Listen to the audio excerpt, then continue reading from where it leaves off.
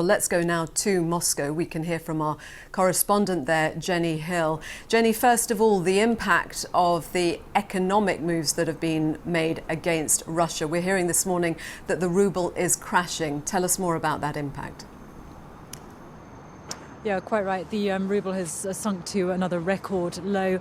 The Moscow central bank, Russia's central bank, has doubled its key interest rates from 9% to 20%.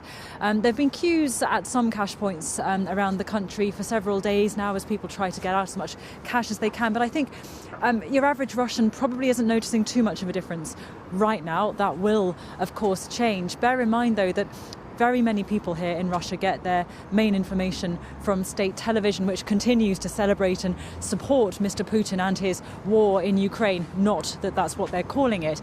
And they are perpetuating the message from the Kremlin, which is that it is prepared for Western sanctions. It was expecting those Western sanctions.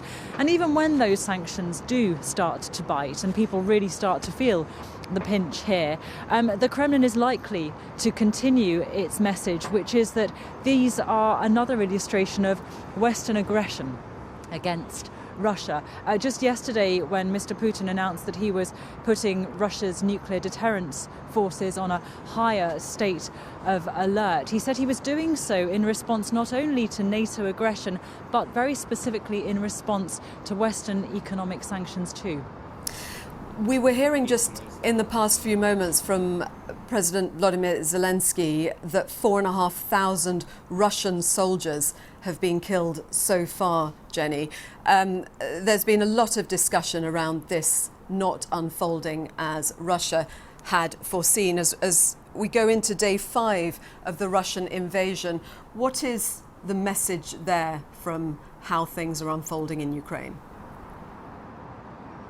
Well, the Kremlin is keeping an extremely tight grip on how the information is being disseminated here in Russia. So this morning we had yet another update from the Ministry of Defense talking about the gains that Russia is making, saying that they have now destroyed something like 1,100 military targets in Ukraine.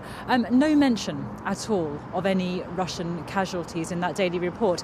Now, this is interesting because just yesterday, for the very first time, the ministry did admit that there had been losses, but it did not specify numbers or give any further details. And actually, the authorities here have now banned an independent website which had been publishing information about dead and captured Russian soldiers. So the Kremlin continues to try and keep a lid on the way that this invasion is being presented and the information coming in to its citizens. Of course, it continues to pump out, state television continues to pump out Mr. Putin's narrative, which is that this is not a Russian aggression. This is a special military operation which was necessary to defend the Russian-speaking population of eastern Ukraine against the so-called aggression of the government in Kiev. Jenny, thank you very much. That's Jenny Hill in Moscow.